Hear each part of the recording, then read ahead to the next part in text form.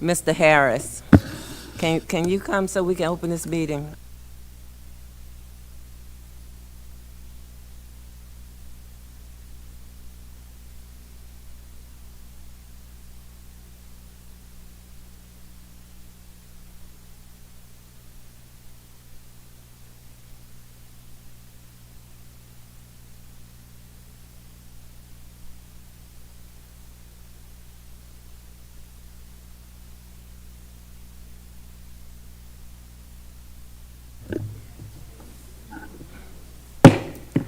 The time is now 7:18. The Board of Education meeting will come to order. Good evening and welcome to the November 9th, 2023 board meeting. Before we begin, I would like to ask everyone to turn off any wireless communication devices to avoid any technical interference with the microphones and taping of the meeting. A call-in line has been established for the community to hear the meeting interpreted live in Spanish. The number to call is 508-924-5155. Board Member Madeline Asaya Fraser, please announce in Spanish. Se ha establecido una línea telefónica para que la comunidad pueda llamar y tenga acceso a interpretación en español en vivo. El número a llamar es el 508-924-5155. Repito, el número a llamar es el 508-924-5155. Thank you. For those who are not able to observe now, the meeting is being recorded and can be addressed on PGCPS YouTube channel for later viewing. Lastly, for recording purposes, I would also like to remind all board members to turn on their microphones when speaking.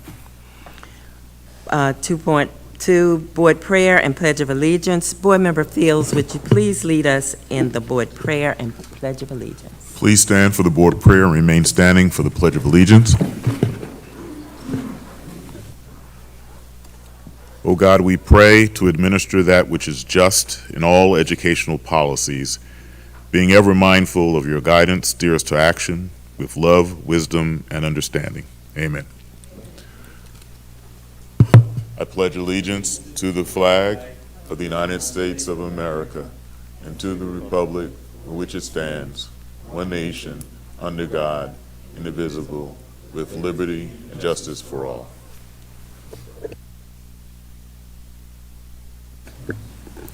Thank you. Ms. Ellis, please call the roll. Good evening, everyone. Mrs. Adam Stafford. Here. Ms. Boozer Strother. Present. Mr. Briggs. Present. Mr. Fields. Present.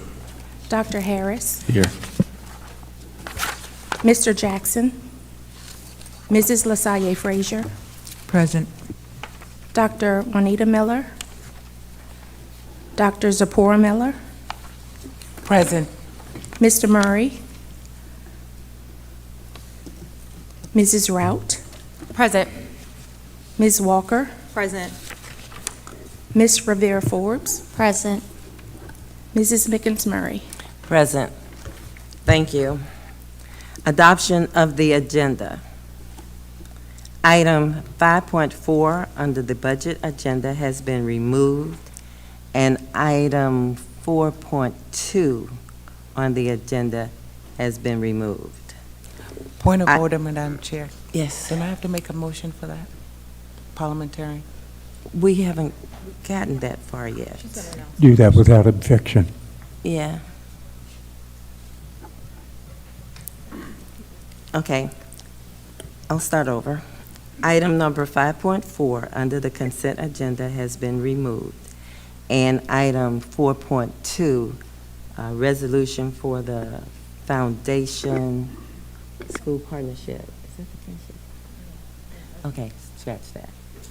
Where was friendship, please? Superintendent House, where was friendship on this agenda? Because we need to help the public to understand it was pulled.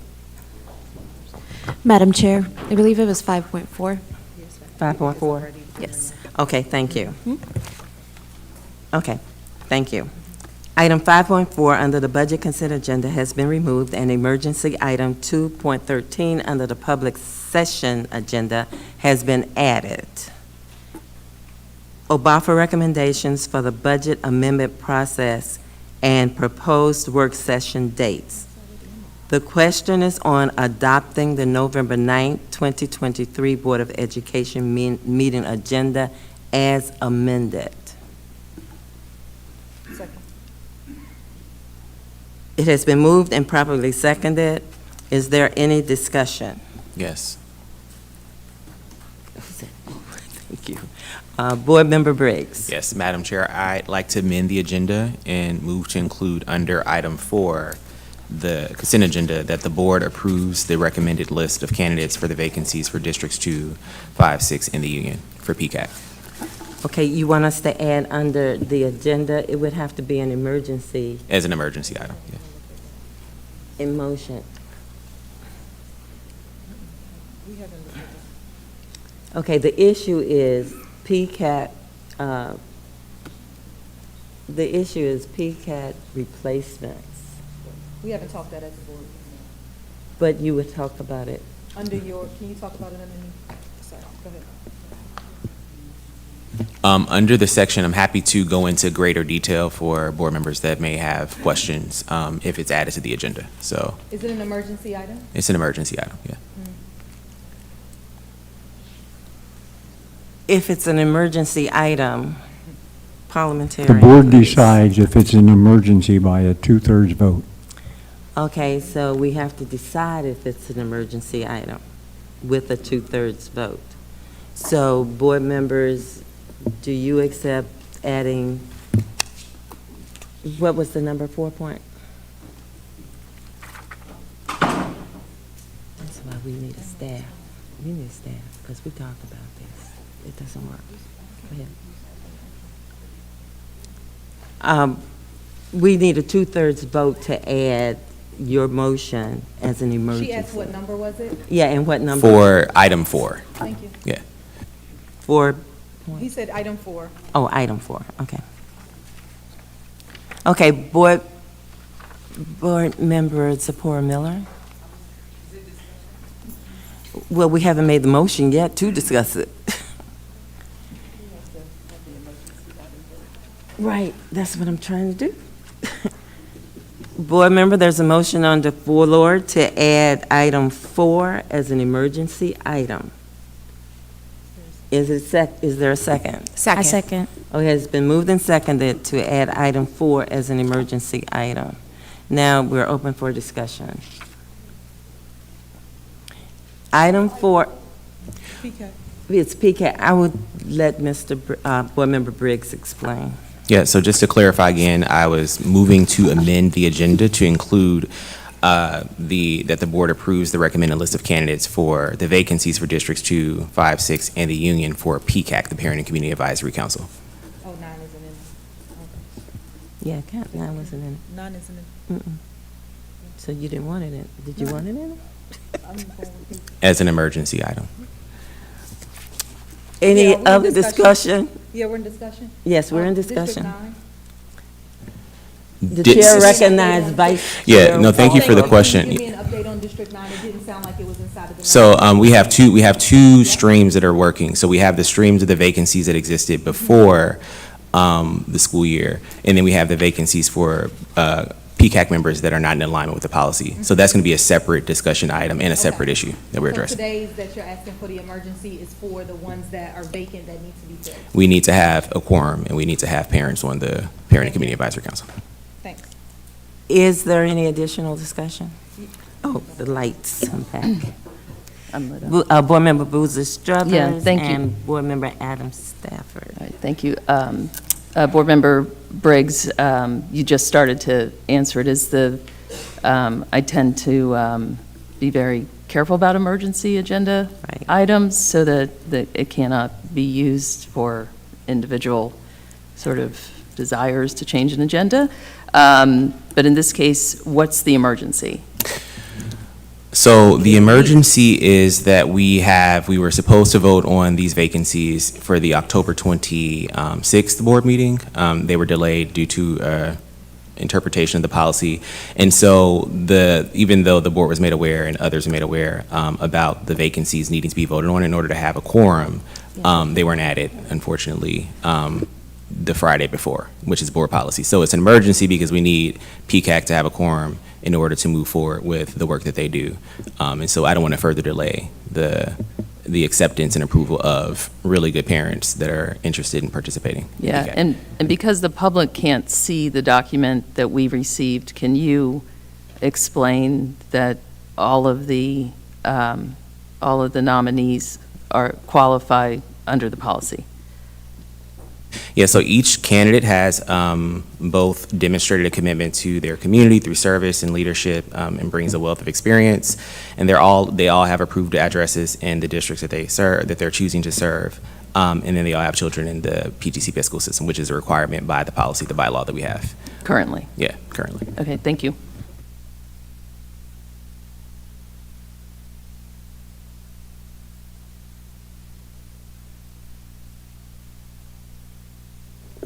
Thank you, Vice Chair Walker. I was going to ask, because I was trying to refer to our policy in terms of our process for emergency items, but we're also meeting tomorrow. Could we have an opportunity to just look at and ask some more questions tomorrow, and we can still get it on? Sorry. It's just a vote. Yeah. So I would like to amend the motion so that we can at least have a chance to discuss them. Point of Well, we clarification. need a two-thirds vote to Yeah, on the add motion. it. We're just discussing it now. For So the do you want to do the two-thirds vote to see if it will get added? Just add me one more time to the rotation. Wait a minute. I have Z Miller She is just talking. went. We're still on you, Dr. Miller.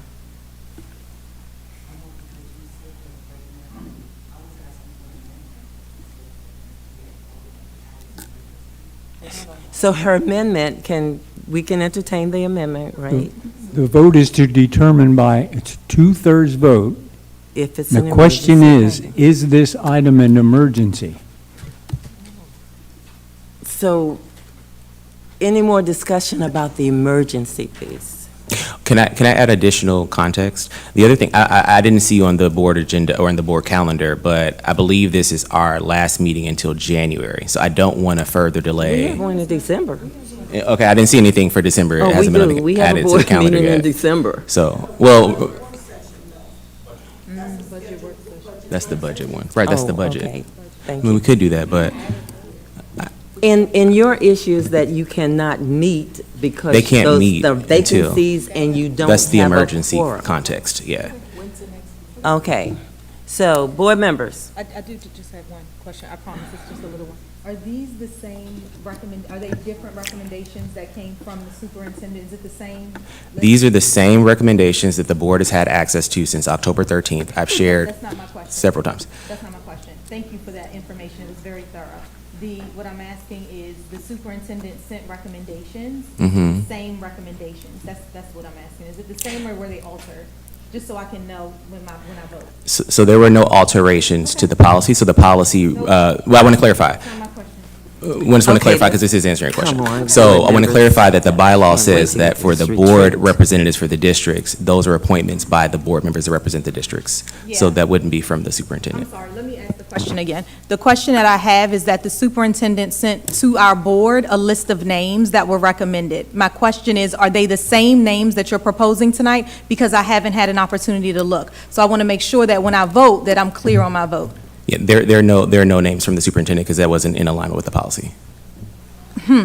Okay, thank you. okay, thank you. Board Member Boozer Struthers?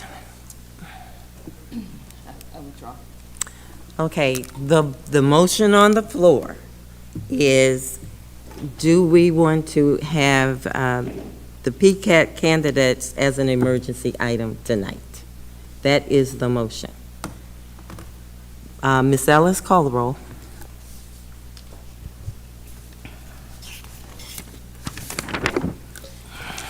Mrs. Adam Stafford, Aye.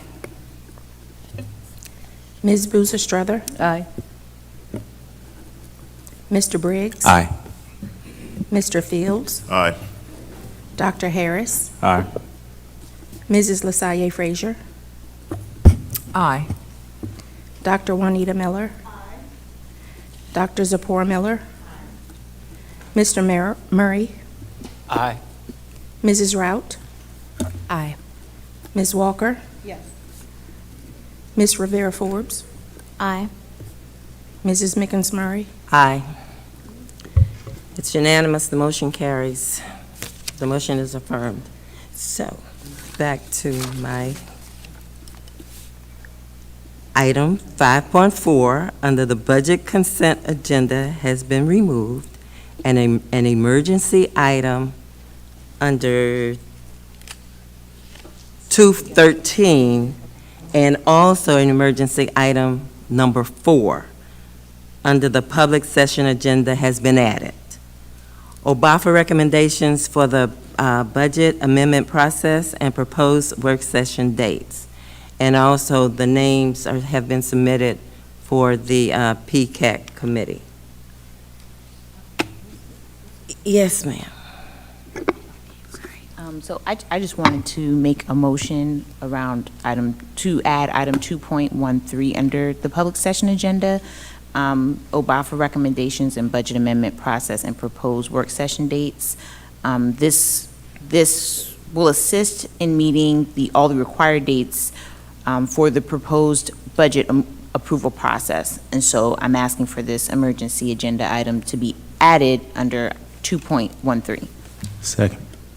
Okay, it has been moved and seconded for another emergency agenda item, 2.1. Board members, we need a 2/3 vote.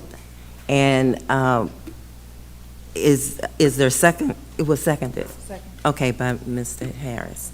All right, we are open for discussion. Any discussion? Board member Harris, did you have? My light is on. I see you. But I was. No, your light is not on.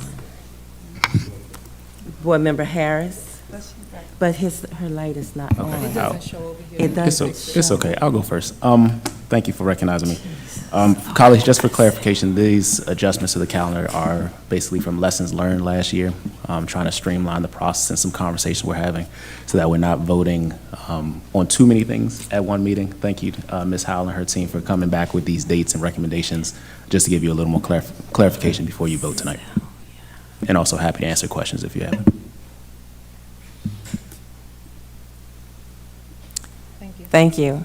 Dr. Juanita Miller? He addressed it? Okay, thank you. Board member Adam Stafford? No, I'm sorry, my light's not on. We can call Okay, the roll. and Board member LaSalle Frazier, your light is on. Your light is working. Dr. Z. Miller, your light is on. Your light is on now. Yeah, they don't work. They don't work, right? I don't see yours. What is your number?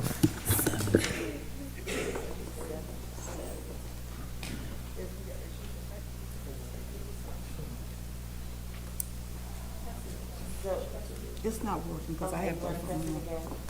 We're checking light, public.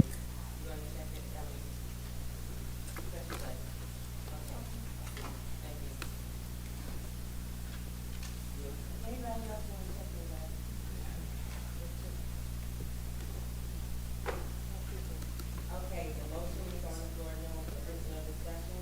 The motion is to accept item 2.1 and item an emergency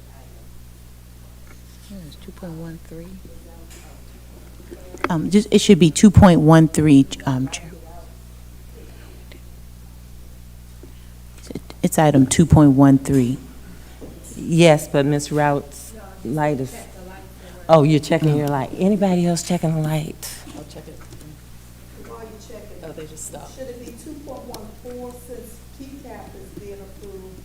It's already approved. I'm saying, but wouldn't, the board member is asking to have the budget calendar changed.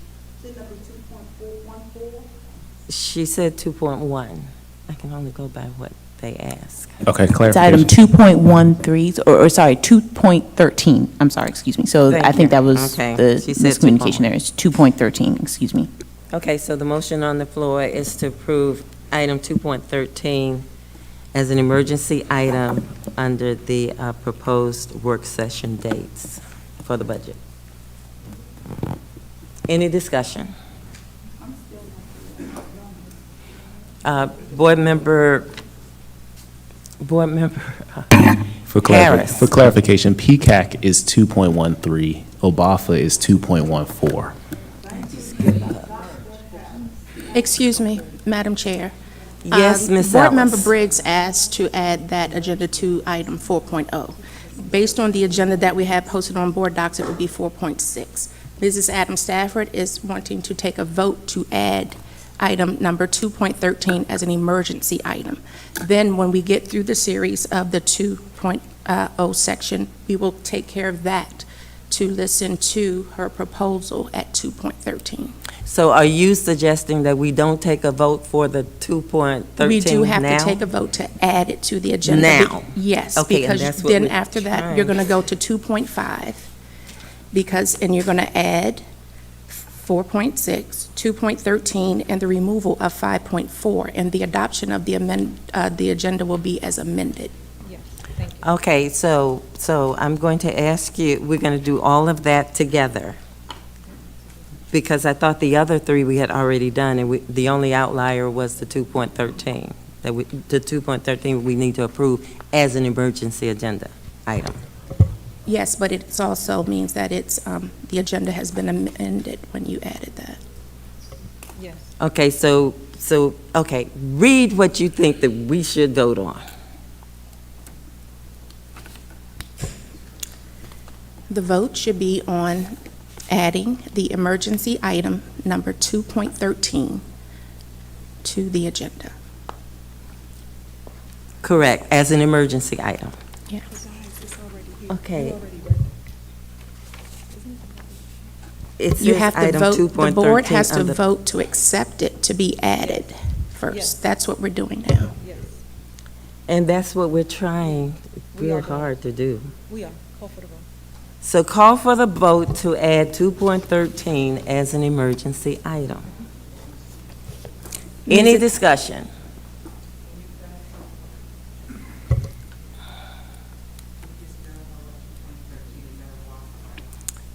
It's OBAFA, and it's for the work session dates, correct? For the budget amendment process and propose, it's right here. It'll be regarding the budget amendment process and, It's right here. yes, thank you, in the budget process, thank you. It's actually what you read already in the beginning. It's right here. It's under 2.5. It's right here. You read it. You actually says exactly that. Correct. You already read it. Okay, so we're going to try this one more time. It adds in what Jonathan wanted for 4. Adoption of the agenda. Item 5.4 under the budget consent agenda has been removed. And an emergency item 2.13 and emergency item 4. 4.6 is. I think, 4.6. so, yeah. Excuse me, Madam Chair. Now, We still haven't taken a vote for item 2.13. We need to take that vote before we, I have been trying to do it, but you Do know, the other and I'm going part. to be very transparent here. I am getting advice from everybody. I have an agenda here that's called annotated. That's not in this agenda, so we're trying to do the best we can right now. So we'll take that vote. Thank you. Okay, We'll take that vote, so- and then we'll add on to it. So I will try it one more time. We are taking a vote as an emergency item, 2.13, to add to the agenda for OBAFA. Public session agenda, OBAFA recommendations for the budget amendment process and proposed work session dates. That's the vote that we're taking. So it's a two-third vote. Yes. Any additional questions? Ms. Ellis, please call the roll. Mrs. Adam Stafford, Aye. Ms. Boozer Strother, Aye. Mr. Briggs, Aye. Mr. Fields, Aye. Dr. Harris, All right. Mrs. LaSalle Frazier, Aye. Dr. J. Miller, Dr. Z. Miller, Aye. Mr. Murray, Aye. Mrs. Rout, Aye. Ms. Walker, Yes, aye. Ms. Rivera Forbes, Aye. Mrs. Mickens Murray. Aye. The motion carries unanimously. So the November 9, 2023 Board of Education meeting agenda is adopted as amended.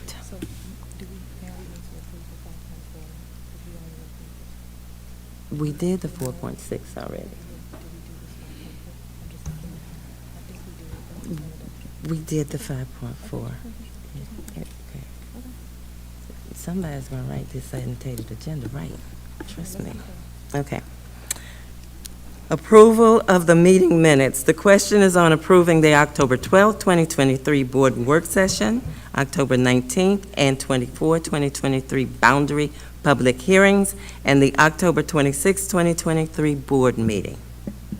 Motion to approve the meeting minutes. Second. It has been moved and seconded to approve the meeting minutes. Is there any discussion? Seeing none. All those in, please call the roll, Ms. Ellis.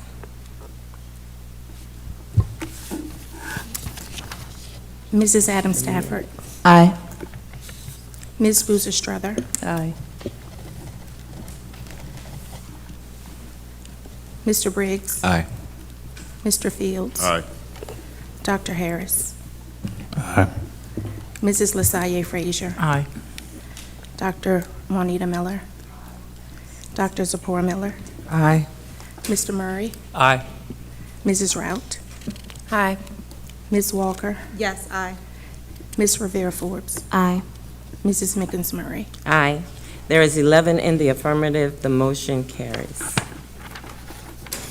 News break. The chair recognizes the communications team for the news break titled Pre-K through 12 Specialty Programs Showcase.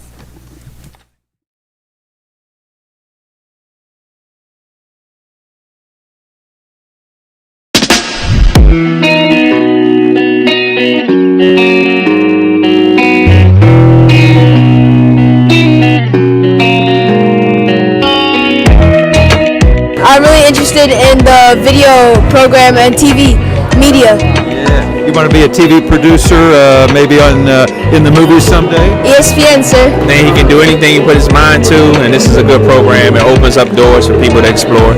Yeah. So PG Schools has really pulled out all the stops here tonight, huh? I would agree, definitely. I'm here because my daughter is in 8th grade and she's in the specialty program at Hyattsville Middle School for the choir. And it's been an amazing experience. Coming out of COVID, it's just what they needed. And the specialty programs, to see all of the different opportunities that PGCPS has for these kids to make the rest of their schooling exciting and normal and help them feel like they didn't get cheated out of those years. So the programs are amazing. Anything catch your fancy here tonight? Yeah, actually, the school over here, Imagine, I'm sorry for doing that, Imagine charter schools, because they have a lot of different locations, and I have options as far as where I can send them to, and transportation wouldn't be a problem. Yeah. We have a son who is very interested in the performing arts, so we are looking at our options for him. And we're doing good things in the county. So have you had some kids come up and look at you with wide eyes thinking, I want to do this? We've had a lot of open hearts and open minds come down here. It's very heartwarming. It's making us feel like what we're doing here matters. What have you liked so far? What I like so far is like mostly over there where my school is. 5th grade. I'm planning on graduating from there and coming here. Cause what I like about here is like if you see that robot over there, it's like a robot, robotic arts. You have art classes. Definitely the music classes. The music classes are the best. I have one question. Am I on TV?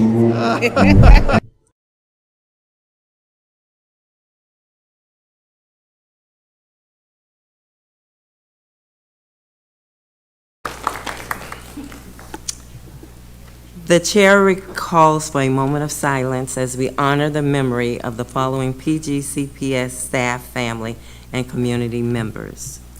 Kermit Gray Jr., brother of Miss Jacqueline Gray, Executive Assistant, Superintendent's Office. So,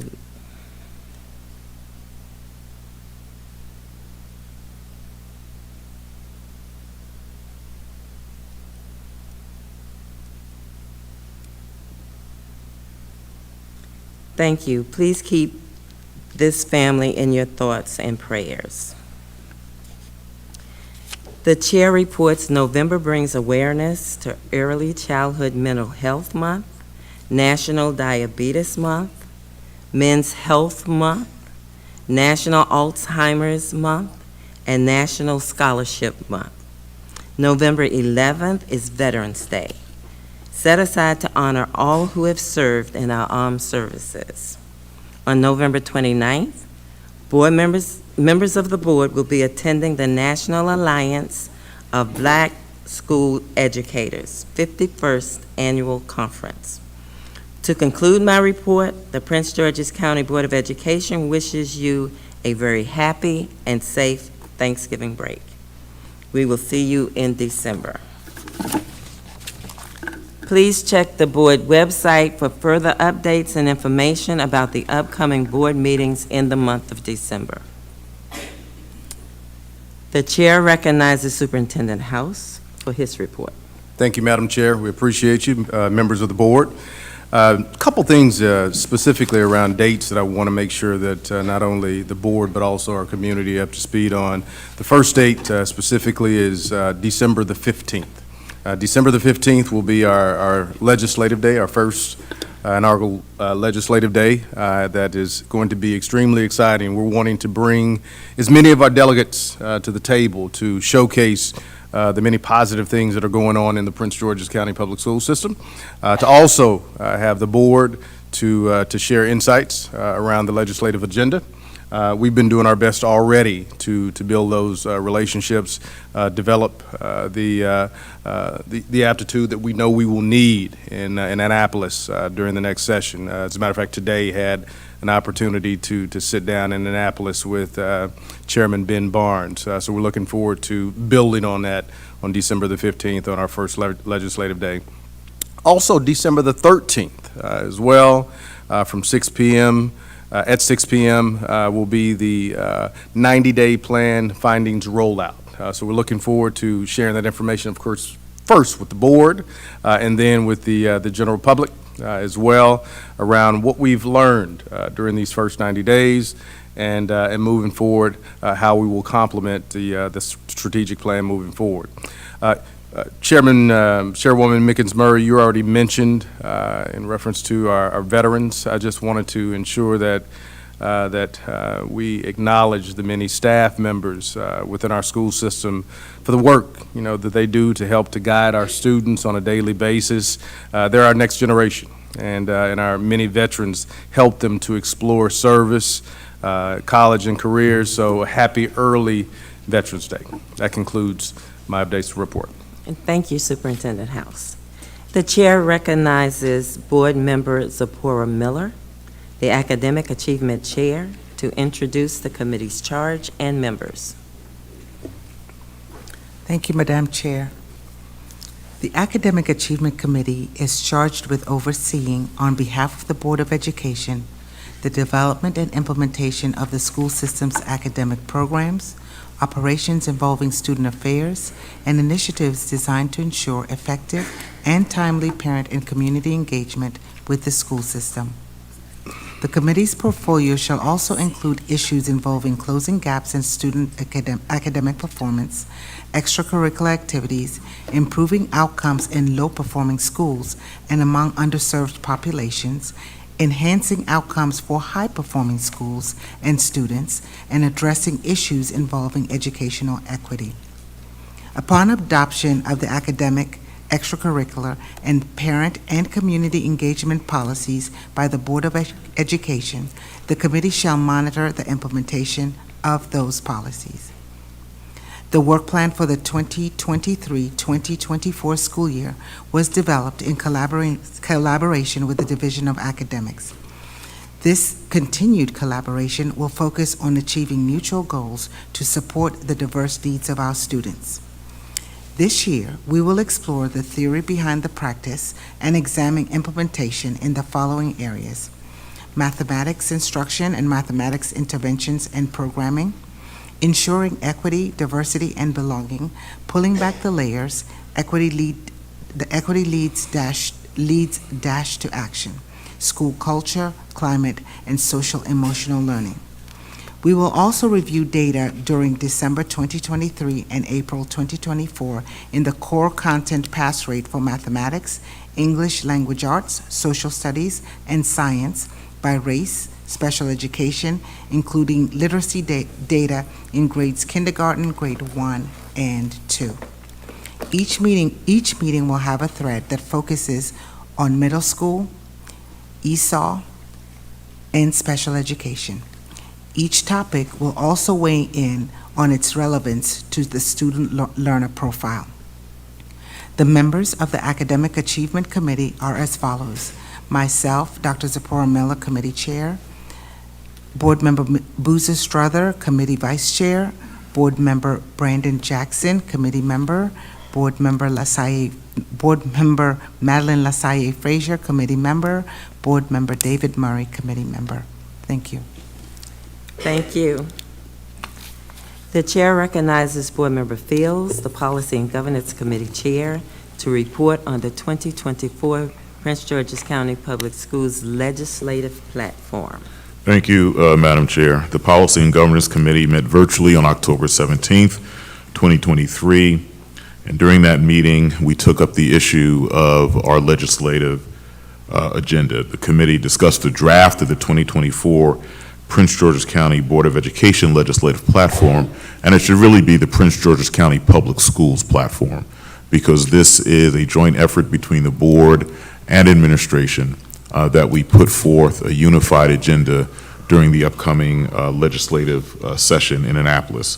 After the discussion, the committee agreed to forward the legislative platform to the full board for review. That is what you have before you tonight. So on behalf of the Policy and Governance Committee, I am recommending the legislative platform to the full board for consideration. And I would also like to add, this is sort of an initial run for this board and this school district. We learned during the last legislative session that we can either be proactive, or we can be reactive, or we can be on the railroad tracks and watch the train run over us.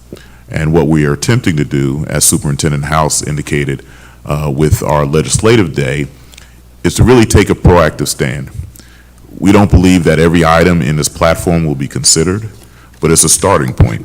The legislative session is only 90 days, so there will be some things that may get on the agenda of the legislature, some things may not, but it gives us a starting point that we can begin to put forth a united front for our school district. Thank you. The question is on adopting the Policy and Governance Committee's recommendation. It's been moved and seconded. Is there any discussion? Yes. Thank you. Vice Chair Walker. Thank you. Mr. Fields, I just wanted to say thank you so much to you and Mr. Briggs, who co-chairs this committee. I am excited to be part of the membership of this committee.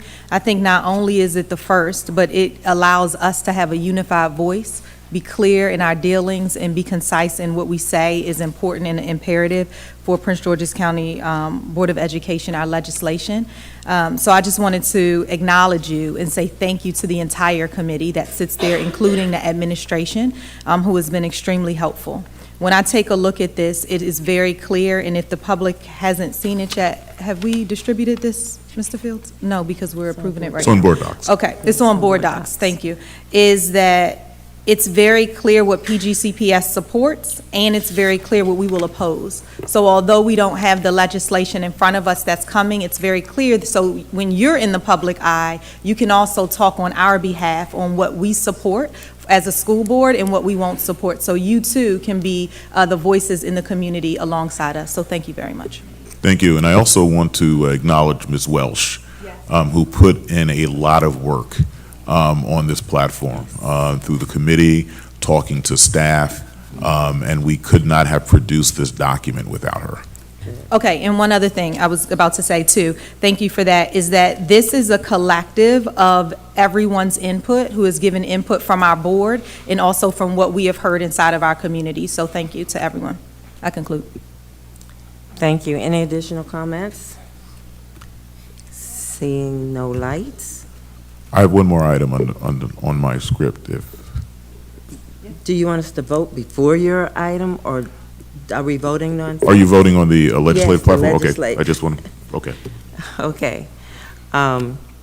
Ms. Ellis, please call the roll. Yeah, that was the second. You seconded.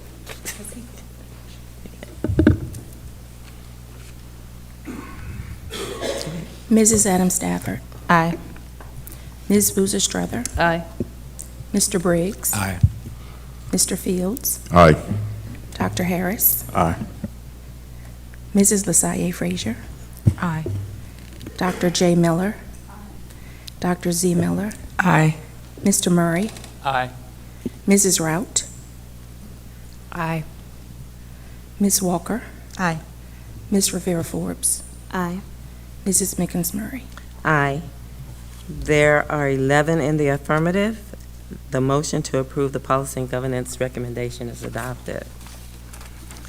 The emergency item for operations, budget, and fiscal affairs, recommendation amendment process, and proposed work session dates. The chair recognizes, oh. I did. I said 11. 11. Sorry, point it. The count? 6, 7, 8, 9, 10, 11.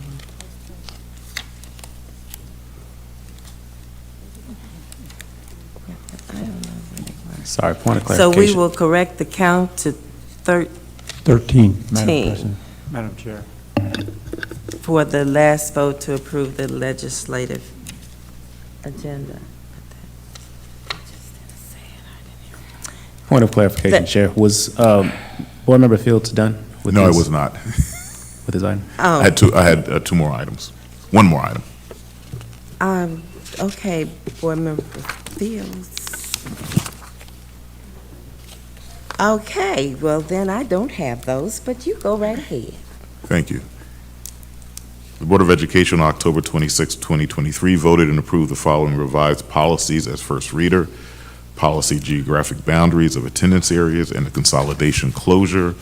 Policy 5125.4 informed consent, student data gathering, and Policy 5168 automated external defibrillators.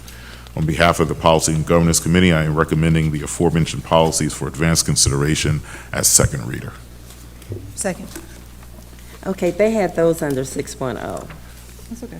Second. Okay, but Oh. you brought them forward. I brought them Okay. forward. All right, we doing our thing tonight. Board member, the motion on the floor is to approve the recommendation of the policies from the Policy and Governance Committee. Point of order. Where are we now? Oh, yes, ma'am. Thank you. Madam Chair, that item is, we are not at that agenda item at this time. Excuse me, the the policies? It's under 6 point. It's under 6.3. I see Right. it under 6.0 and 6 point, I understand that. It was called out of order, but we're giving As grace. part of the Policy and Governance Committee report, we had the legislative agenda, so I just did the full report.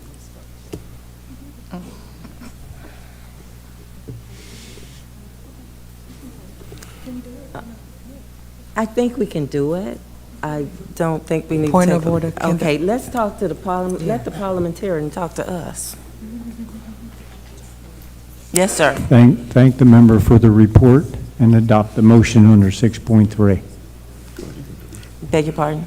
Thank the member for giving the report and take the vote on the motion under 6.3, not at this time. Right, 6.3. I would have gotten there. Okay. So we're voting on the motion under 6.3. on behalf of the Policy and Governance Committee. You don't want to do that. No. What, clarification, he said just to tell him, thank you for giving the report, and we'll take the motion when we get to 6.3. Oh, when we get to 6.3. I did not hear That's that. fine. I'm sorry. Okay, public, we are truly, truly trying to learn to get it right, so we will. All right, go back to.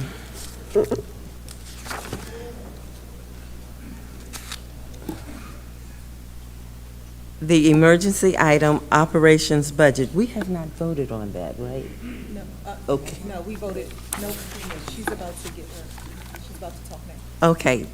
The board recognizes OBAFA Committee Chair Adam Stafford to provide information about the budget amendment process and proposed budget work session date changes. Thank you so much.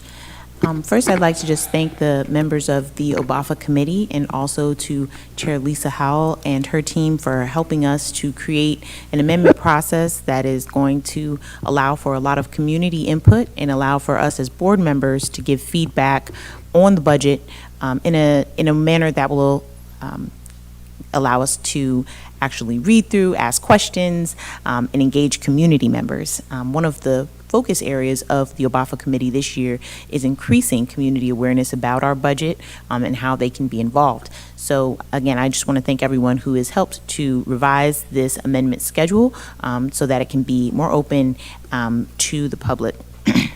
So what I'll do, I think there's a presentation that will be coming up on the screen shortly, but I'm just briefly going to go through the amendment process and just highlighting some of the key changes here.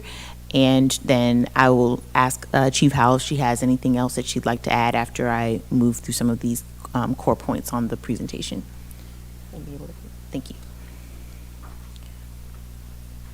Okay, we can advance.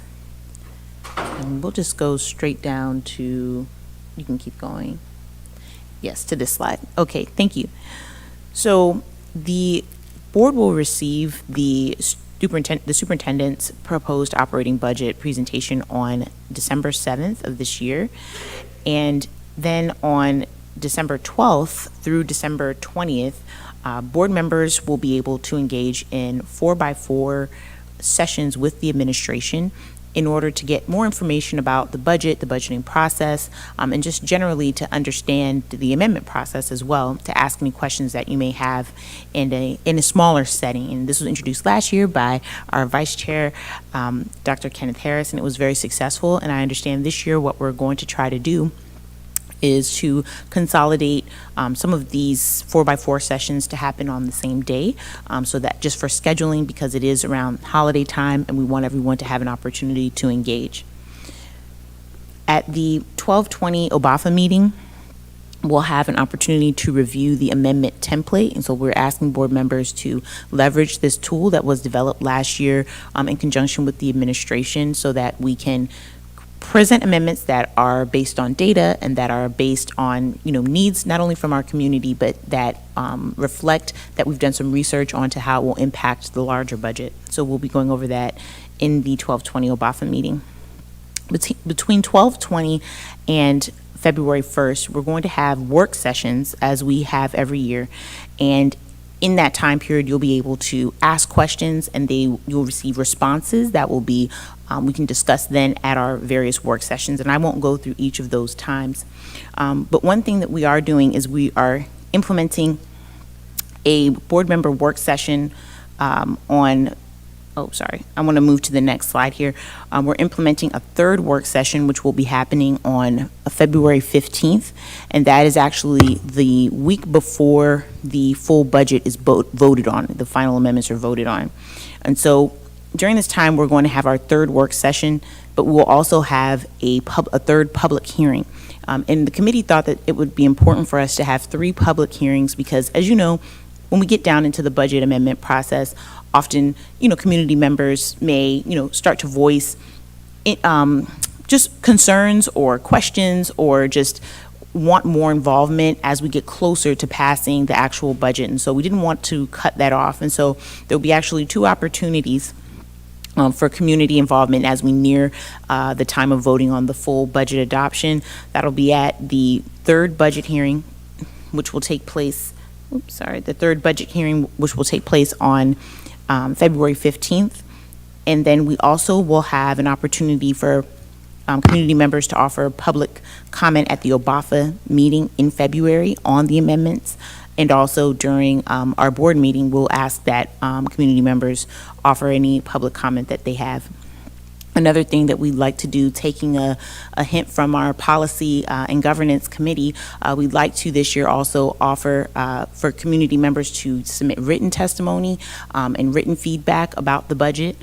So that's something that we'll be asking you all to help us promote in between each of our budget hearings. And also, we plan to, and this is something that we're still working out, but we'd like to hold some just educational focus groups throughout the county. And I know committee member Jocelyn Rout will be helping us to organize those, just to educate the public about what the budget process looks like, where there are points for them to have some input and some involvement. And so we'll be looking for board members to help us to publicize that as well. So this presentation is on board docs, and the important key dates that have been changed are highlighted in red. And I wanted to just pause here to see if Chief Howell had anything else she'd like to add before we open it up for any questions from board members. Thank you, Chair Adam Stafford. Just one thing I wanted to add to that is, in addition to the public hearing that was mentioned for the third work session, which will be held before the work session begins, we have 2 prior work sessions earlier in February as well, one on the 1st and one on January 25th. There will be public hearings during those work sessions also. So we'll have the work session first, followed by a public hearing, and then the third work session will be preceded by a public hearing. So there will be 3 public hearings in addition to being able to speak at ABAFA and at the regular board meetings as mentioned earlier. Thank you. And I'd like to also ask if Vice Chair Dr. Kenneth Harris, if you had anything else you'd like to add about the amendment process. Sure. Thank you for that great read back. Just one thing to highlight for board members. What we've done by augmenting this schedule just a bit from last year is to take some of the stress off of the administration and really allow partnership around the table, right? So we're encouraging you to utilize those 4x4 sessions. Myself and board member Adam Stafford are also opening ourselves up to having those conversations independently with you if you have additional questions around this process, the template, and also what other board members might be targeting similar amendments so you're not writing the same thing, right? And so we really want to make this a partnership. So thank you to Ms. Howell and thank you to Superintendent House for your support through this. And we ask for your support with these augmented dates. Thank you. Thank you. And before I ask for a motion to approve these changes, one extra thing that we're going to try to do is really capitalize on the great information that we receive as board members during the 4x4 session where the finance department really breaks down the budget to us.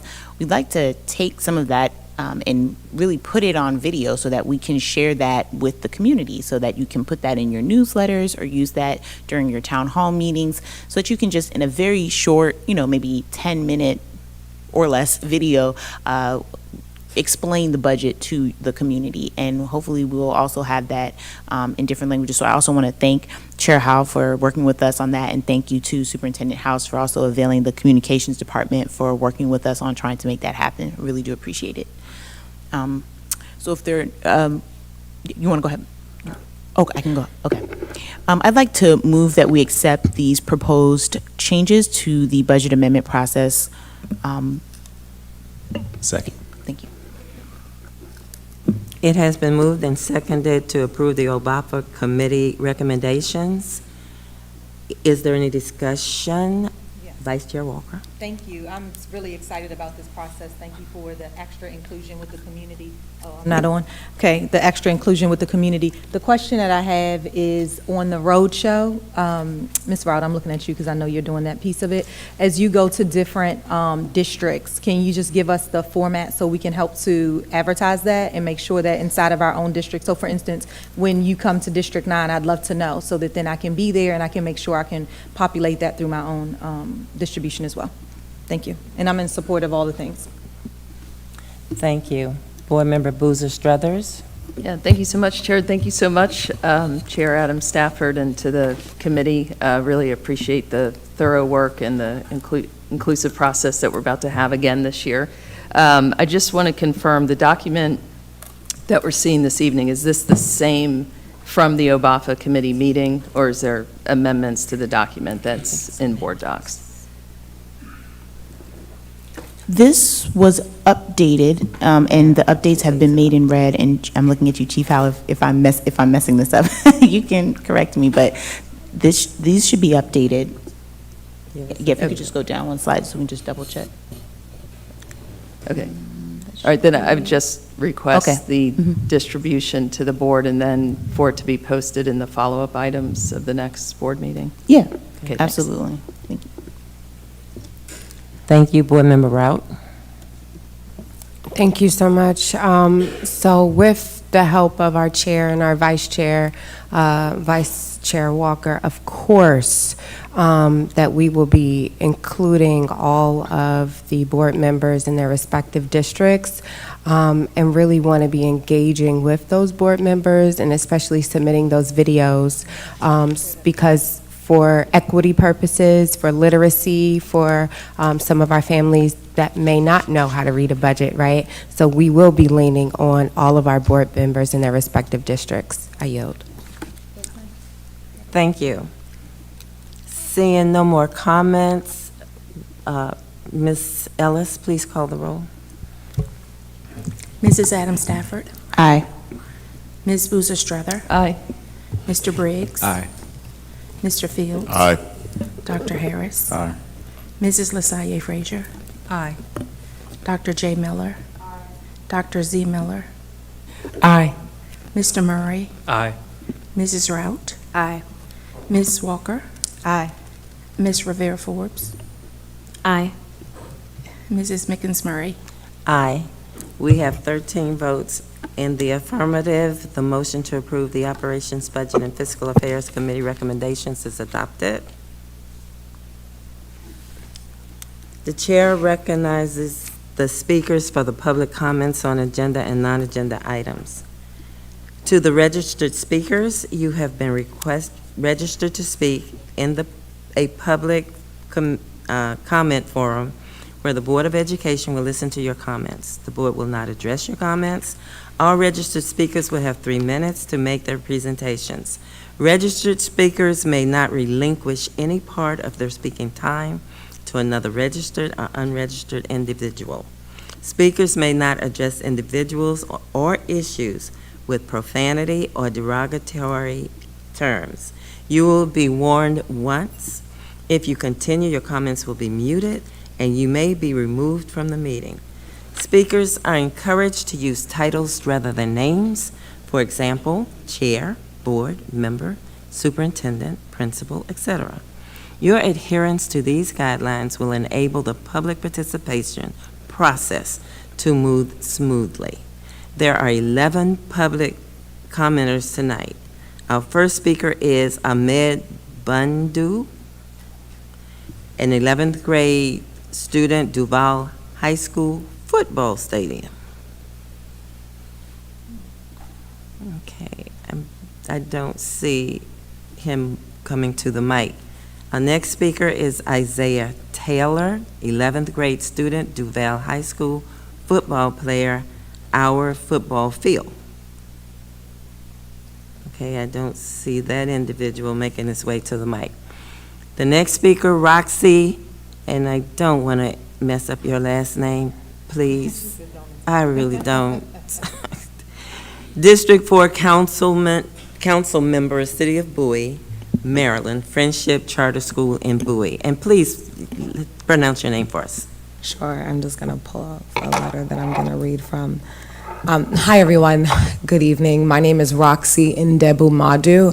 I'm currently the Mayor Pro Tem and District 4 Council member that represents the City of Bowie. I'm here tonight to offer comments on 2 important issues. The first one being Pointer Ridge Elementary. We had a meeting yesterday where a number of different parents and constituents that specifically live in my district, which is the 4th district in the City of Bowie, met with our superintendent in regards to the concerns around Pointer Ridge Elementary. I'm here to reiterate the growing concern around the proposed closure of Pointer Ridge Elementary. The City of Bowie does not support the proposed closure of Pointer Ridge Elementary. There were a number of parents who expressed mounting concern yesterday around how this will affect their children. They felt unheard, that their questions went unaddressed, and that there was a lack of empathy for their situation and the growing concern. The City of Bowie, over the next 2 years, has over 3,000 houses coming online in developments that surround District 4 as well as District 3. So I'm here again to reiterate that we do not support the proposed closure of Pointer Ridge Elementary, and I think it's important that we continue to work with the parents to make sure that their concerns are addressed and that we approach this with a manner of empathy to ensure that they're being heard and that we are prioritizing their kids, as I know you are trying to. The second matter that I'm here to speak on is just to express, it was shared that PGCPS has recommended denial of Friendship Charter Aspire Academy. I've spoken on this issue a couple of times, one here at this meeting and with a number of different members on this body. The City of Bowie still supports Friendship's application to reside in the City of Bowie, and we are open to working with the board to figuring out how we can assist to address the concerns and have a more collaborative partnership to figure out how we can work through their application and ensure that it is supported and the needs of our community is heard. Again, I really do want to emphasize that right now in the City of Bowie, a lot of constituents, parents, and residents feel unheard and as if their problems surrounding the educational issues, Friendship Charter School being one and Pointer Ridge Elementary being another, are going unheard and unaddressed. So please, please let me know how I can support in alleviating and bridging that gap and also making sure that their voices have been heard. I've written a number of letters which have never been responded to, and so I hope that we can work closer together. Thank you. Thank you. Next, we'll have Alexander Williams, individual, teaching Latin at Eleanor Roosevelt High School. Thank you. Hi, I'm Alexander Williams. I'm a professor of linguistics and philosophy at the University of Maryland. And I would like to advocate strongly for keeping Latin at Eleanor Roosevelt High School, where my son is a student. Why? Not because it's part of the traditional humanities or helps you learn vocabulary. No, because Latin, even with just a single teacher, is, I think, the best investment that Roosevelt can possibly make. It delivers the highest reward for the least money in relation to several important educational goals. One, getting kids engaged with other cultures. Two, developing scientific reasoning. And three, stimulating different styles of learning. I'm going to try to say something about each of these 3 points. First, other cultures. Latin gives you an incredibly deep involvement in another culture, families, literature, military, religion, crime, governance, architecture, social struggles, and political evolution from a village to a republic to an empire to its collapse. In a French class, you might learn that there are over 300 cheeses, some famous writers, and so on, and pass over whatever might be troubling. But in a Latin class, you learn about several centuries of an extraordinarily different life, glorious and grotesque, in what we now call Europe, North Africa, and the Near East. And people say that Rome is at the origin of Western culture, like that makes it familiar to us, but Rome 2,000 years ago is like Mars compared to today's France or Mexico. And to the Romans of that time, Denmark and England and France were like outer space compared to Libya, Egypt, and Turkey, which is known later as Eastern Rome. Second, scientific thinking. We say that our kids need to hone their analytical reasoning for a world where STEM is the dominant force, and then we add, secondarily, that they should also study a language, but that distinction is unnecessary and wrong. Every language is a different tree grown from the same rootstock of our shared human biology. Latin is one of the thousands of those trees, maybe among the more exquisite, but certainly the most carefully organized for consumption in our classrooms. In AP Bio, we think it's good for students to memorize the citric acid cycle, even when we know that most will never use that information. And why? Because its intricacy is magnificent, and rehearsing its structure will form the mind of a future scientist. But you cannot think this and not also think exactly the same thing about Latin. We've known for centuries that studying the grammar of Latin in detail cultivates a love of patterns, of systematic analysis, and that is an essential part of the scientific mind. I don't have time for the third comment, but I'll just say that we can get all of this, plus a bigger vocabulary, better time learning other languages, a connection to our humanistic traditions, and a nice line on college applications, all for the price of one teacher, Mr. Matthew Moore, who doesn't need a Ripple tank or a Bunsen burner, and that is the best investment that Eleanor Roosevelt can possibly make. Thank you. Thank you, sir. Whoa.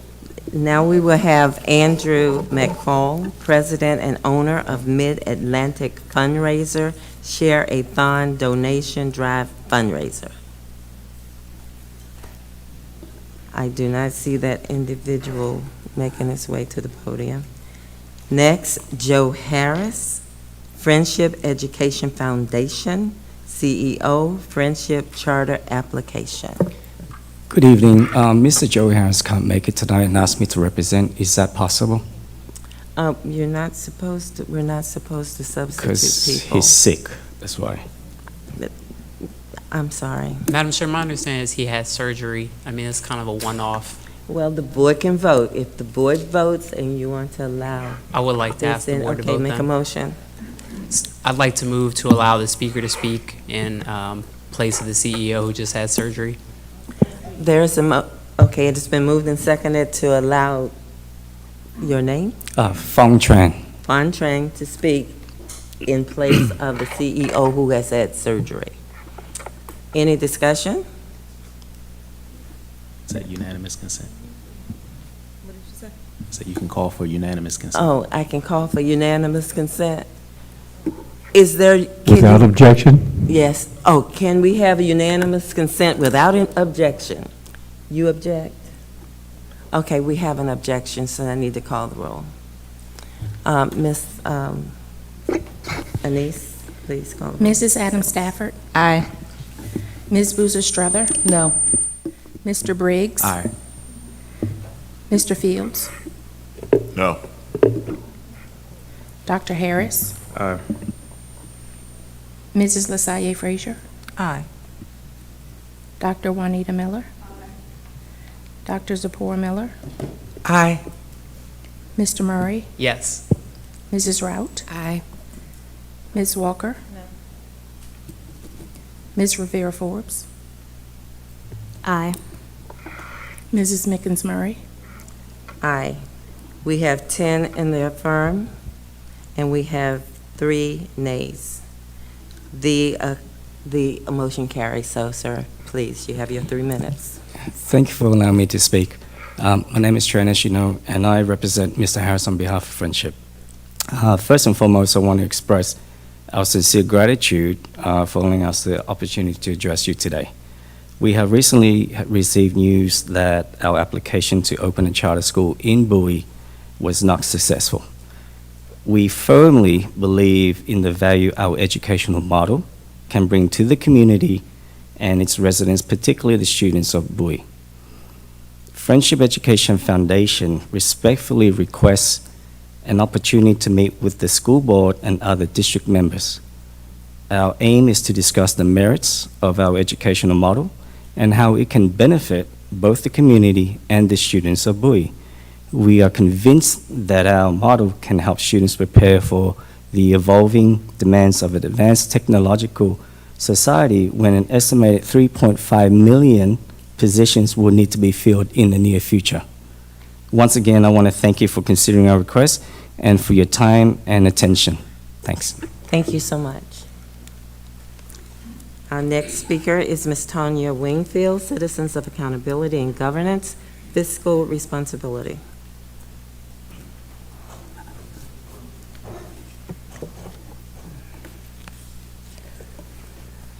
Sorry. Good evening. A couple of things I just want to highlight. One, the resolution tonight for the transfers, I would just like to stress to the board to understand, you are here to make sure we are aware of what's going on. When I look at this chart that is presented to us and looking at these transfers, I can insinuate quite a bit. When I look at the $1 million being transferred for administration, I can assume maybe that's for salaries being bumped up at the administration, whether down, instead of being given down where workers are. You got to give us more information. You are here for us, and you need to keep us informed. So looking at these numbers, I can insinuate a lot. You should make sure that we have accurate information so we don't have to go out and make up things and decide for ourselves. Another thing I just want to mention now, and I greatly appreciate the presentation on the changes with the budget process, but it would have been nice to vet this with the public since it's supposed to be to include us more. It seems like it's more of a policy change, and since it is a policy change in my eyesight, it would have been nice if you had gotten input from the public as to what would help us understand the budget more. I also want to talk a little bit about Pointer Ridge. Yes, I was there yesterday. Those parents need to be listened to. That school is a model community school. Breaking up that school is not good for Prince George's County, not just Bowie. It's not just about Bowie. We are all one family. Those parents need to be heard, needs to be considered, and not just come to meetings and throw out numbers with no context to try to make it seem what you're doing is justified. What you're doing at Pointer Ridge, it is not justified. And the principal, to have parents like that there, that principal has to be doing an amazing job. I still have another question. Why is this attorney still here? I have given you all enough information of conflicts of interest that he continues to do, and you all are letting it happen. He's representing individual board members in an action that this group has brought legally and through the system to challenge a decision of the state board. He's representing the individual board members after he was told in print that the respondent was not the Board of Education. He's representing those individuals against a decision that you all made. That's a conflict. Why is he still sitting here? It's a waste of our money. Thank you. Thank you. Next, we will have Ms. Phyllis Wright, Individual, School Safety, Security, and Students' Rights to Protest.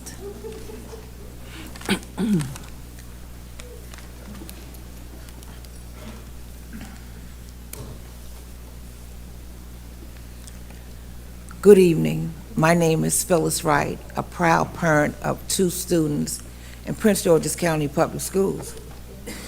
I am here to support Dr. Brown. I am appalled that this board pulled these children right here out of class, interrogated them because they wanted to express their concern and the care that they have for their principal. This is unacceptable. We make the rules, you all change the rules. I want someone to tell me who gave you all authorizations to pull our babies out of class because they wanted to address their concerns over our principal. I have not yet received not one letter in reference to Flower High School on what's the situation there. I have received several phone calls from parents because their child is terrified because of what you all have done. Who gave you all the right to pull these babies out of the classroom and interrogate them and assume that someone made them do what they chose to do? I don't understand this. So someone please tell me, why are we doing this to our children? You think they don't have their own mind? We have support here. We have support all around here. These guys are here because they are supporting our children. They are supporting this school system. We asking this board to do the same thing for us. Someone please tell me who authorized. You all tell me in here who authorized you all to pull these babies out of the classroom because they wanted to do a walkout, which you all knew about 2 and 3 days prior. We met with you, sir, Dr. House. We met with you. You was at Flowers. I was there. No names, I said please. to you, No, I'm no sorry. names, no names. I'm sorry. But we met with him. These children met with him, and you brushed us off. Now to hear to find out that I got parents calling me that their children are terrified because you all sent security to question these babies. Someone give me an answer. I want to be accountable. Someone has to be accountable for what you have done for these children. Can you please tell me what's going on with Dr. Brown? Why is he not in that school? This man has done an excellent job with these children. I sent my daughter there because I know she's going to be safe, secured, and she's going to get a good education, but then you pull them. We need teachers at William Hall Academy, very bad. We don't have no teachers there. We got an acting principal there who refused to tell the truth, but when I got teachers calling and telling me, Miss Wright, please get us some help at William Hall Academy. Now I'm asking you guys, you see these babies behind me? If it was your child, would you want somebody to pull them out without you knowing anything about it? Thank you. I have nothing else to say to this board. Thank you. Nothing. You want to answer? Our next speaker is Gina Bowler, individual, critical need, and request for expanded access to Spanish courses, grades 9 through 12.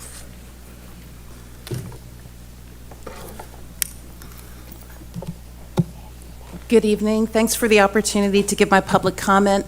I'm here in follow-up to the question that I submitted to the superintendent's virtual town hall. I'm requesting leadership, support, and resources for PGCPS to implement policy and program updates, pilot approaches, and other changes and innovations necessary to meet the critical need to expand delivery of higher-level Spanish course options for the increasing number of scholars who demonstrate readiness to take these courses, some as early as incoming ninth graders. Otherwise, the gap between scholars who demonstrate this readiness and access to these courses will continue to grow. I'm very concerned that if this gap remains, there will be missed opportunities for the scholars and the families for whom English, Spanish, bilingual skills and credentials are important to their college and career goals and plans. I'm referring to a diverse group of scholars. This includes those in the Spanish immersion program, such as my daughter who graduated or who was promoted from the Spanish immersion program at Kettering Middle School, but there's also scholars for whom Spanish is their first language or their spoken language at home, as well as scholars who otherwise demonstrate readiness to take higher levels of Spanish courses earlier in their high school careers.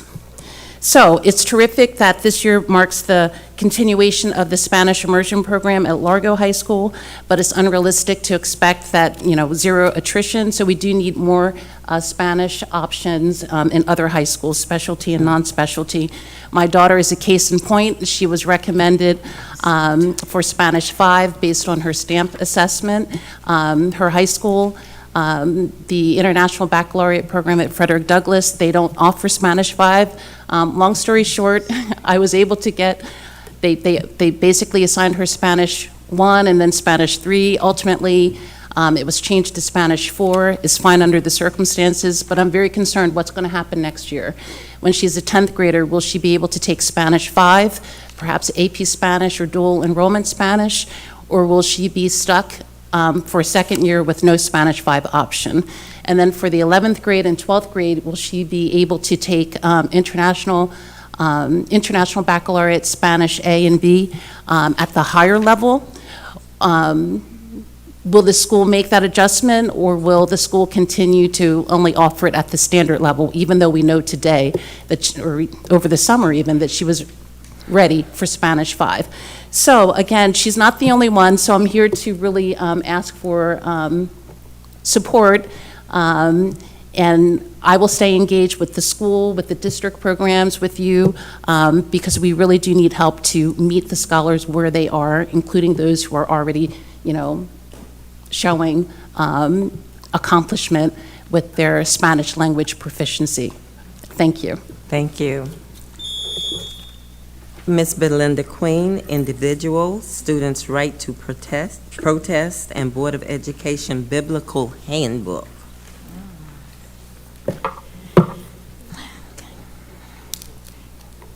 Good evening, Madam Chair.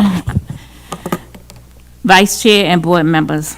I was disappointed to hear that our scholars who was not allowed and to, I'll say protest, but we call it demonstration, I know. And also, they haven't been informed about what's going on with their principal. I was also disappointed to hear the students are being targeted. They've been threatened and they've been questioned after they had a peaceful demonstration. What's disappointing most to me is, just like Joe Clark and Lean On Me, Principal Brown's action has been a positive effect on students throughout Prince George's County. He has a great achievement, a good rapport with his students, staff, community members, and an awesome communication environment.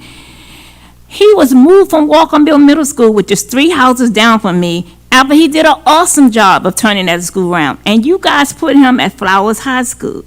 Now he has a great rapport with that community and the students, and yet our community members are disappointed now to see that he's not there, no notice, no nothing. This is not part of your handbook that I'm going to talk about in a little bit. He has been doing an awesome job at Flyers, but for some reason, he hasn't been there, and no one has sent out not one piece of communication to our community. This is unacceptable. This is just to remind you that the board is accountable to the public and must operate in a transparent manner. Now, let's get to the meat of this issue of targeting our scholars for demonstrating. Is demonstrating not part of the global society? I just want to remind you that you need to refresh your mission and vision in your handbook like it's biblical. For our scholars are our future.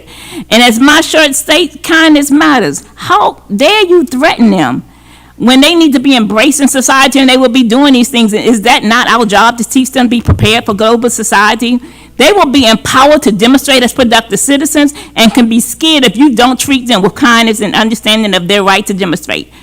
Superintendent, I hope you have learned in your first 90 days that kindness matters, that it is time when our scholars, our parents, and our staff and our community needs you at time to emphasize, to sympathize, and to show compassion. I've heard that you have not been showing that at your town halls and at meetings. That's not acceptable. Prince George's County is a community. In our community, we are a village who cares, reminding you your mission to provide a great education that empowers all students. Let me say empowers. It empowers them to demonstrate and contribute thriving community with high expectations.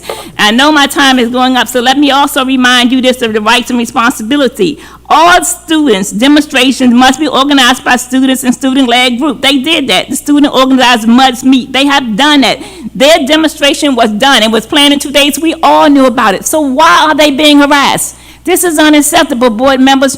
Your responsibility is to take care of our scholars, to make sure that they are prepared for global, but you also to protect them. Thank you so very much for your time and your attention while you stopped me before. Thank you. You're welcome. Our last speaker is Essence Herndon, individual internal staffing concerns.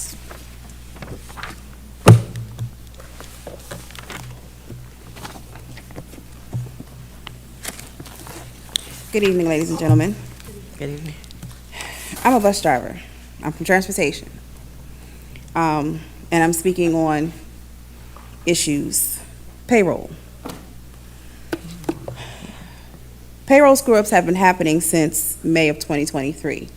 When a new payroll specialist came in to oversee the transportation department, it was confusing that this new hire was privied to payroll issues that happened earlier in the school year that was told drivers and attendants didn't have to repay, but my drivers are coming to me, they're gonna garnish my check. I just got an email today, they're gonna garnish it tomorrow.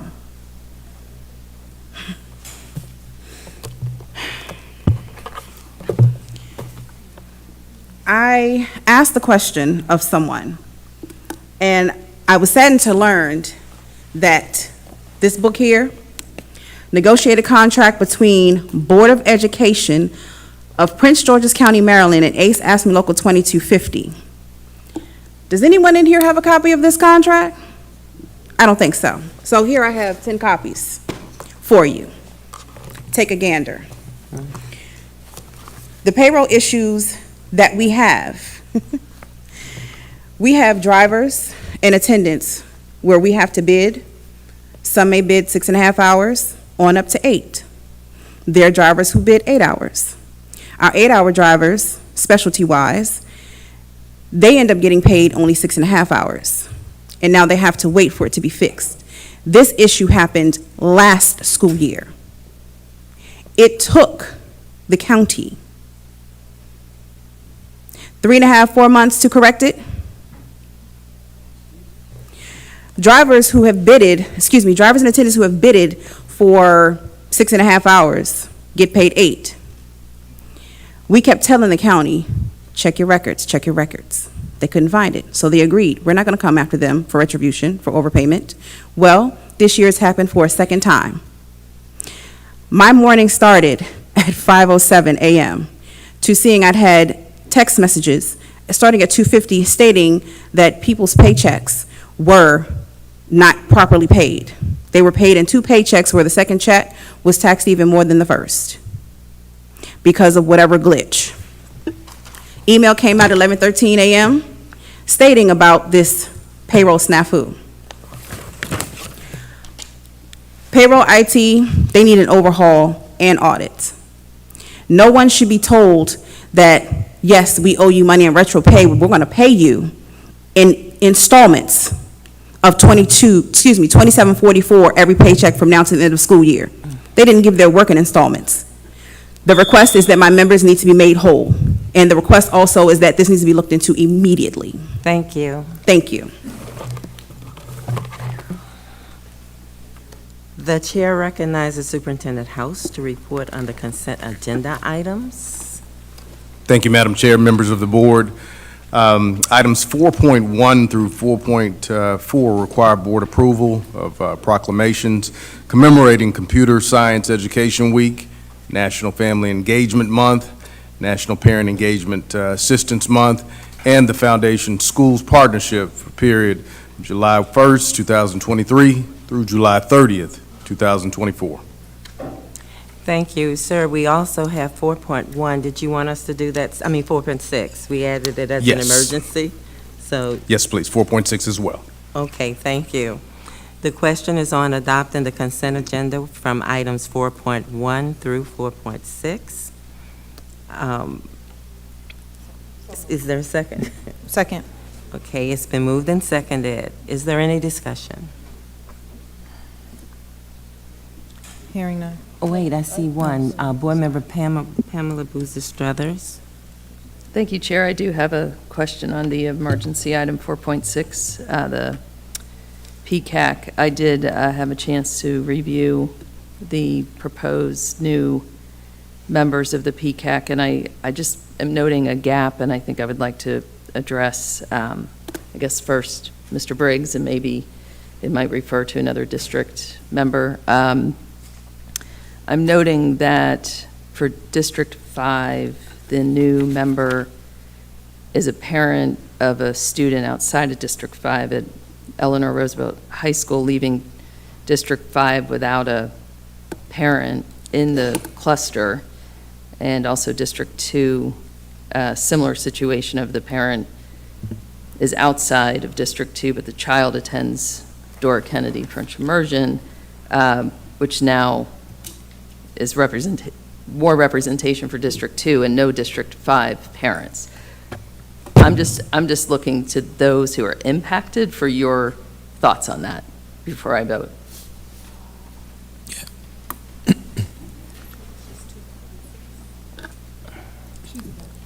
Oh, Board Member Boozer-Struthers, you want?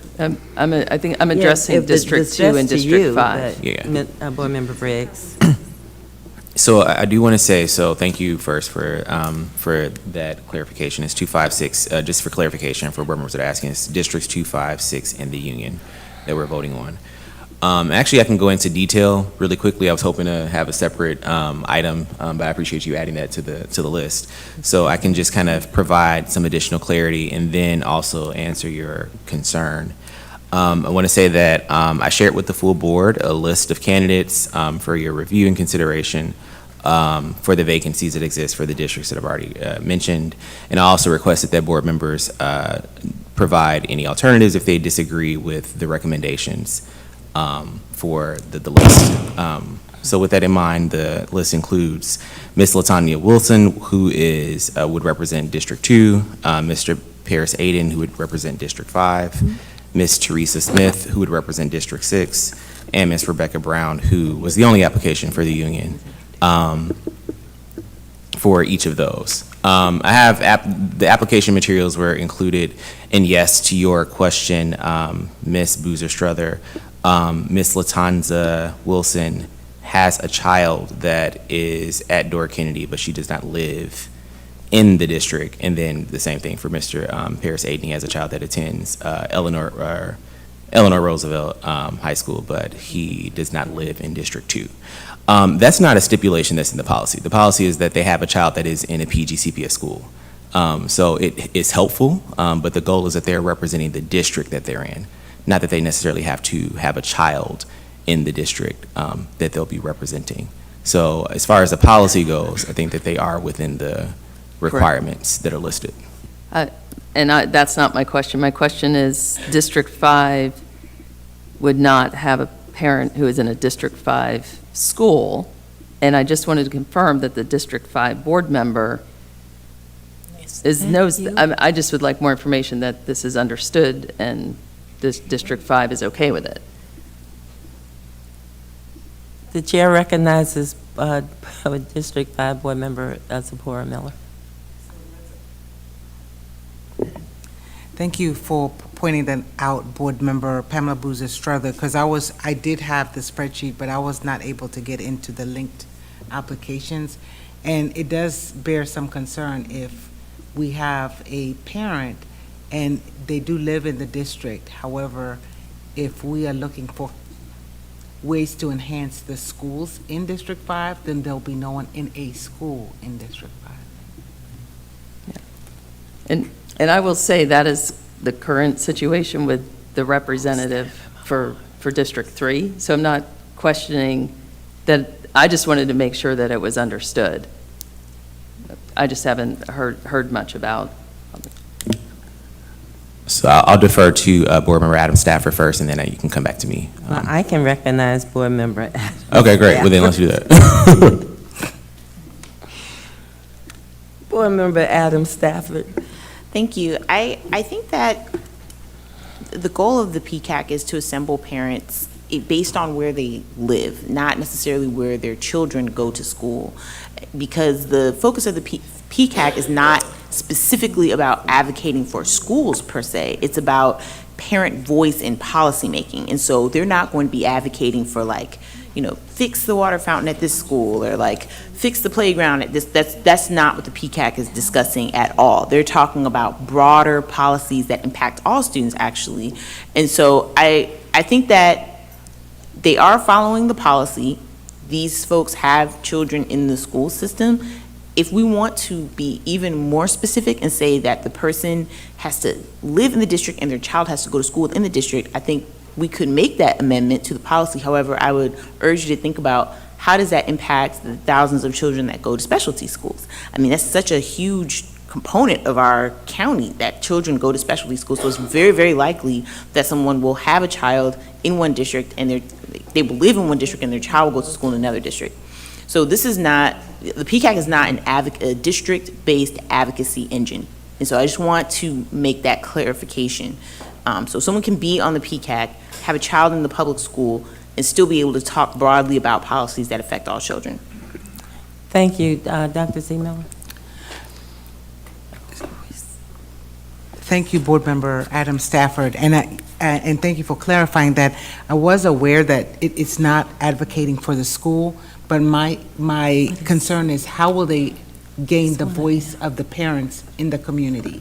Because if the parent is in the school, then they have outreach to the PTSO, so when you're looking for the voice of the community, that's really my concern. So if you can articulate if there'll be ways in which we can ensure that they're able to access the voice of the District 5 community.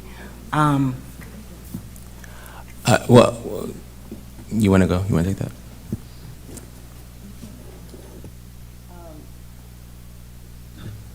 Board member Briggs, were you? Sure. Yeah, I would I'm just say, done. I mean, I You're think done? I think that's a fair point. I appreciate you bringing it up. I do want to say two things. I think it doesn't necessarily have to be a debate.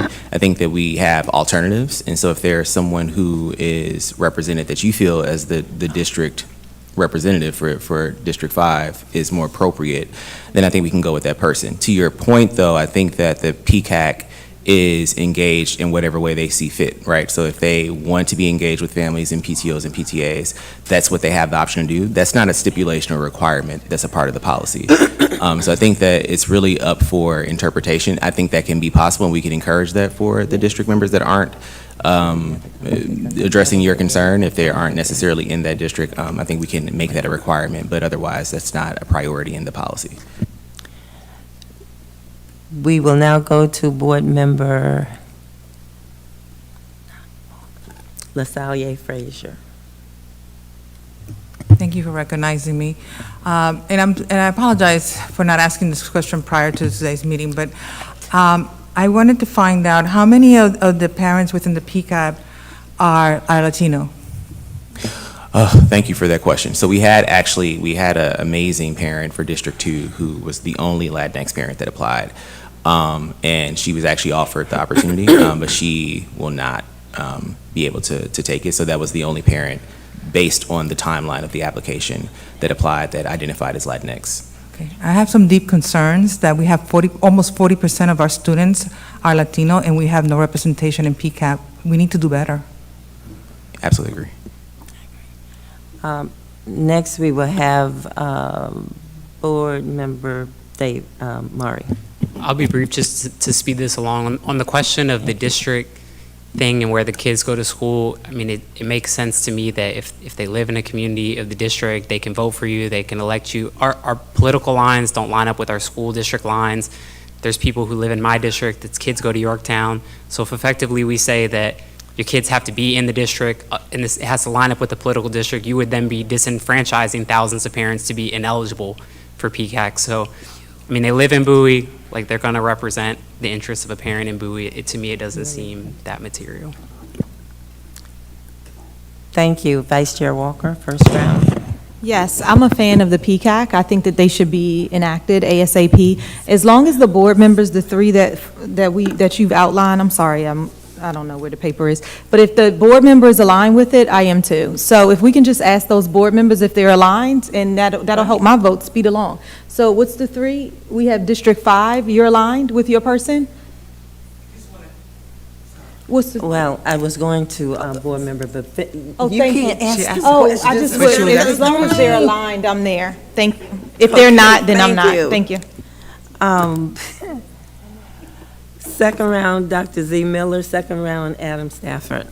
Before I answer your question, Board Member Walker, and I just want to point out to my colleagues, it wasn't a matter of a debate. I just want to make sure that I want to make sure that I'm giving you insight. Be intentional about just getting the voice of Bowie. I realize that many parents choose to take advantage of specialty schools, and I encourage them to do that. So I'm not opposed to them being on there. Does that answer your question? What I do want to point out is just be intentional about ensuring that as you're getting community voice, that they're getting the voice of the parent community from Bowie. That's it. Thank you, Board Member Adam Stafford. Second round.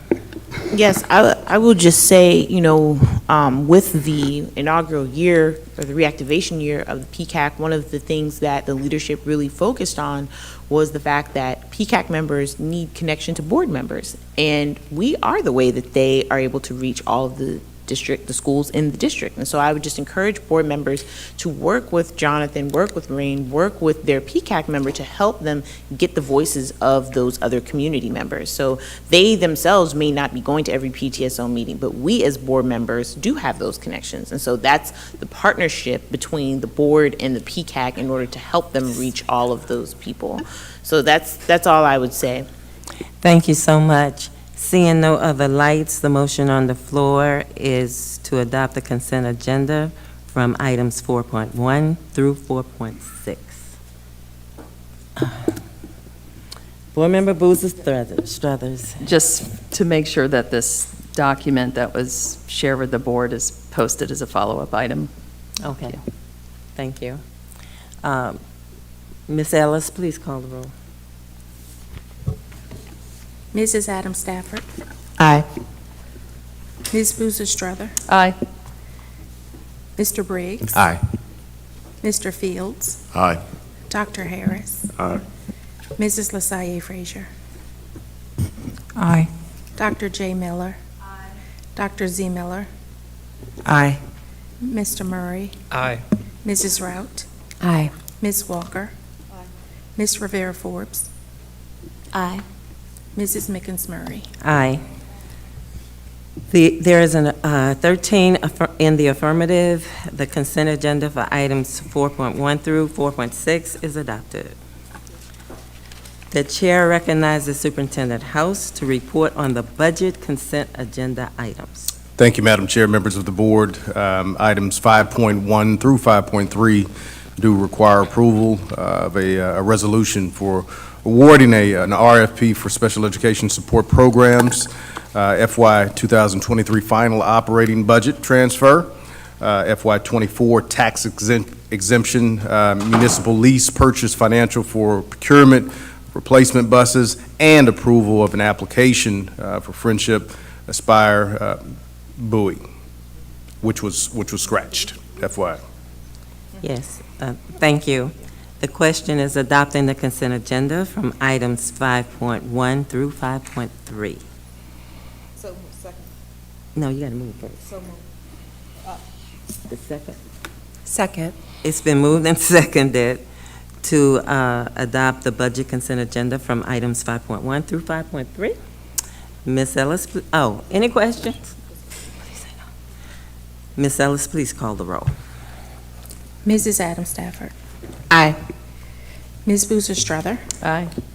Mr. Briggs. Aye. Mr. Fields. Aye. Dr. Harris. Aye.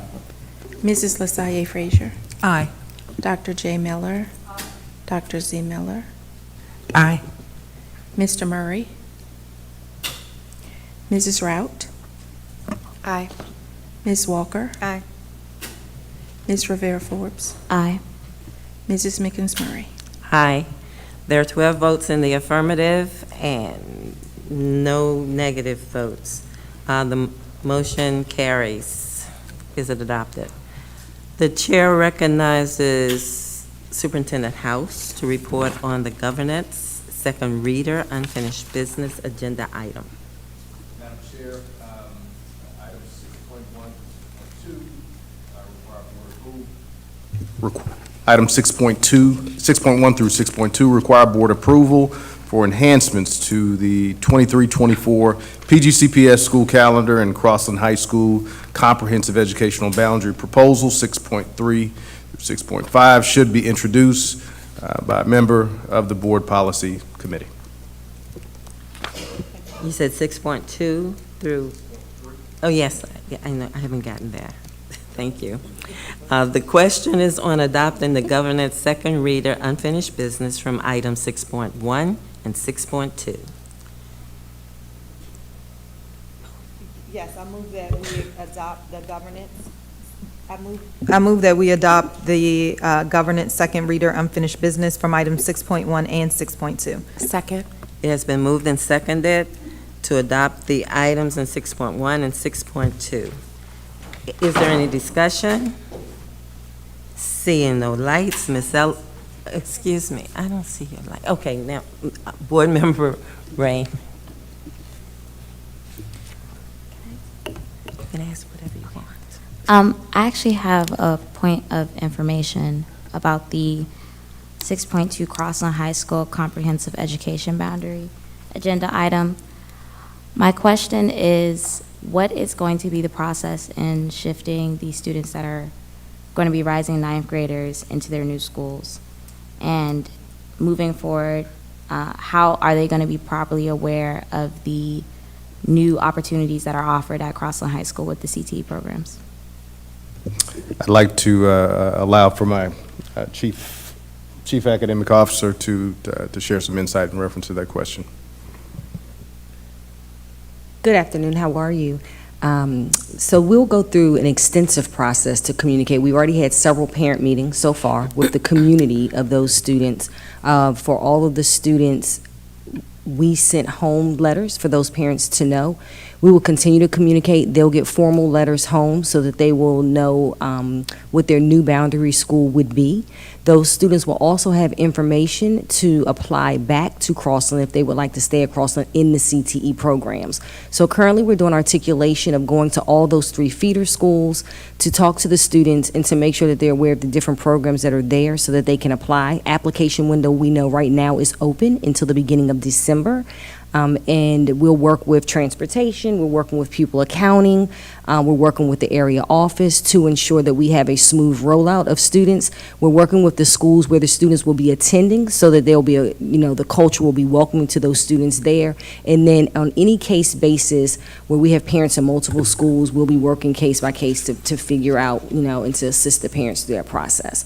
So right now, we have already communicated. There have been about 3 or 4 meetings, and we will have more forthcoming after this board work session, or after this board meeting tonight.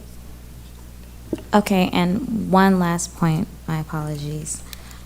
Just to make sure I'm correct, every single student that is currently attending Crossland High School will be allowed to stay there? Every single student that is currently at Crossland High School will stay. This is about the incoming 9th graders and the students coming in moving forward. Okay, thank you. You're welcome. Thank you. Board Member Boozer Struthers. Thank you, Chair. My question is in reference to 6.1, the enhancements to 2023-24 PGCPS school calendar. The proposal that the last 2 days of the school calendar, which are currently 2-hour early release, will now be 3-hour early release, which is a very short day. These final days of the school year have been quite frustrating for parents because of, one, they've always been these half days, and now they're even more condensed, and also sometimes at the end of the year we do end up with a lot of late buses again, route issues. So I did want to just express the ongoing frustration with that calendar as it is, and now even being a shorter day, I think will raise some of that frustration. And one thing I think that has been missing is a systemic purpose for those half days at the end of the year, that I think if parents were more clear about what their children were doing in school, and I want to say I think elementary level is really probably where my head is on this, I think they would feel better about those days. Some parents just don't even have their children attend school. It almost seems like it's okay to not have your children attend those days. I'm just asking that there be some consideration around the purpose of those final days of school. Thank you. Definitely, we appreciate that insight. Thank you. The chair recognizes Vice Chair Walker. Thanks for adding that. I also, at the end of the year, wonder about sending my child in. So thank you. The purpose would be amazing on what they do in school. Hadn't thought about that. I did just want to thank Dr. White and your team for meeting with the 3 board members who also are affected. I wanted to just let board member Rain know that they did have the opportunity to talk to 3 of the board members who have the affected schools as well. And we got to ask super detailed questions that we had gotten from our community too, just keeping in mind our students as well as our parents. So just wanted to give you some comfort in that as well. Thank you. Thank you. Board Member Rout. Thank you so much, Chair, for recognizing me. I think that if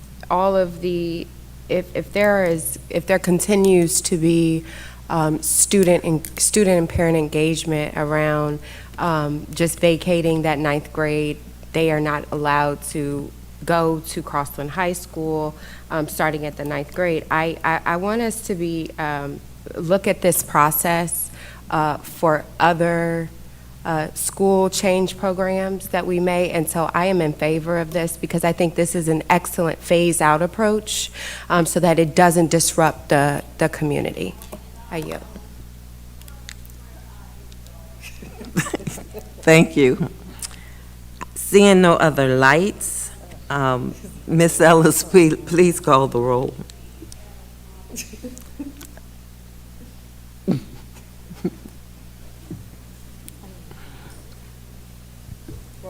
Mrs. Adam Stafford. Aye. Ms. Boozer Strother. Aye. Mr. Briggs. Point of clarification. What? Are we voting on 6.1 through 6.5? You're voting on 6.1 and 6.2. 6.2. Aye. Mr. Fields. Aye. Dr. Harris. Aye.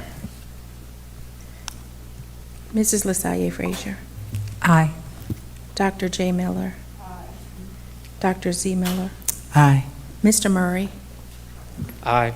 Mrs. Rout. Aye. Ms. Walker. Aye. Ms. Rivera Forbes. Aye. Mrs. Mickens Murray. Aye. There are 13 in the affirmative and none in the negative. The governance and second reader for 6.1 and 6.2 is adopted. The chair recognizes, we're just voting now, right? Because you already, No, we're going to read it again. oh, okay.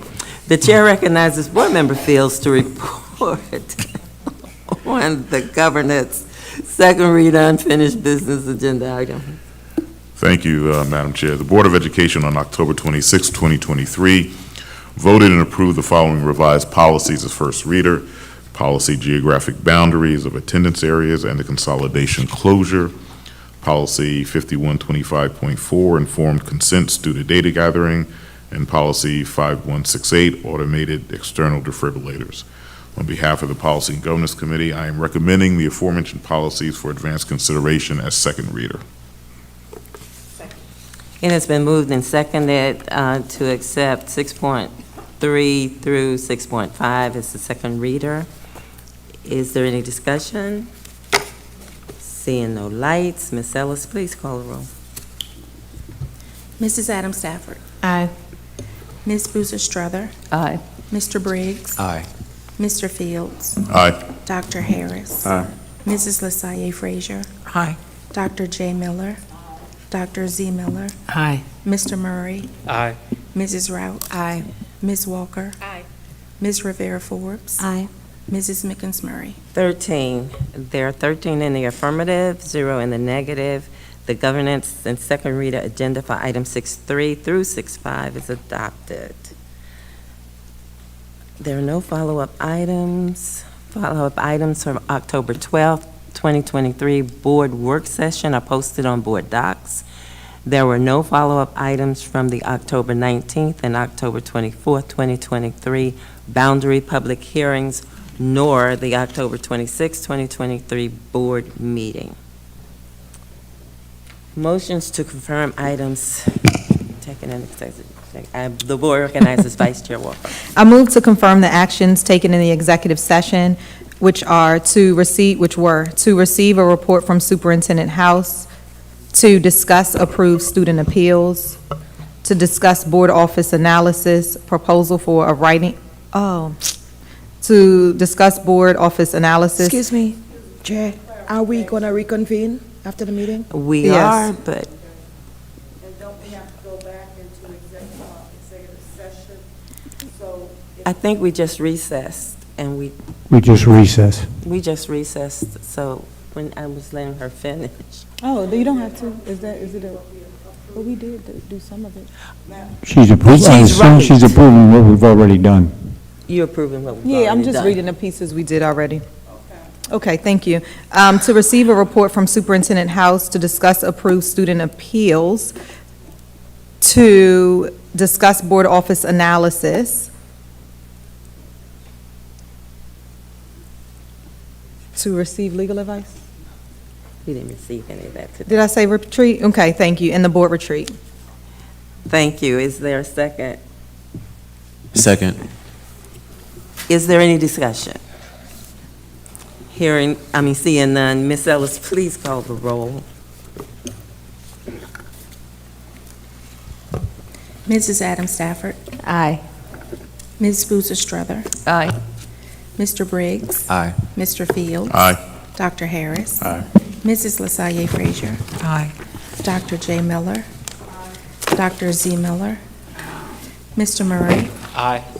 Mrs. Rout. Aye. Ms. Walker. Aye. Ms. Rivera Forbes. Aye.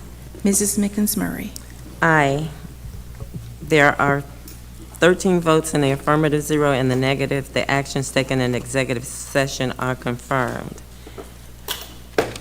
We are recessing this meeting. If there's no further business to come before the open session, we are in recess. Point of privilege, Oh, Madam Chair. excuse me. Oh, I thought you did it back there. Okay. Thank you. I just want to inform the public, I've already informed my colleagues that this past Friday I submitted my letter of resignation from the board to the county executive effective December 31st. It's been a privilege serving, a bit frustrating because I feel that in the past year I've really had little opportunity to focus on our children. And I believe that I can be an effective advocate beyond this board, and I intend to do so. And I also firmly believe that we should have a fully elected board. I believe that the public is the body to hold this board accountable. I'm in agreement with our July transition, and I look forward to that July transition, and we'll be working during the election cycle to make sure that we have an elected board that is accountable to the public. I love our students. We have an incredible school district. I really want to thank the administration and staff members because I've seen how hard they work, and I really appreciate their work. And I also want to thank my fellow colleagues on the board and wish you the best of luck moving forward. There could be no more important job than caring for our children. And I just want to thank you for the opportunity to serve, and I look forward to continue to be an active part of our school community. Thank you. Thank you so much. Thank you.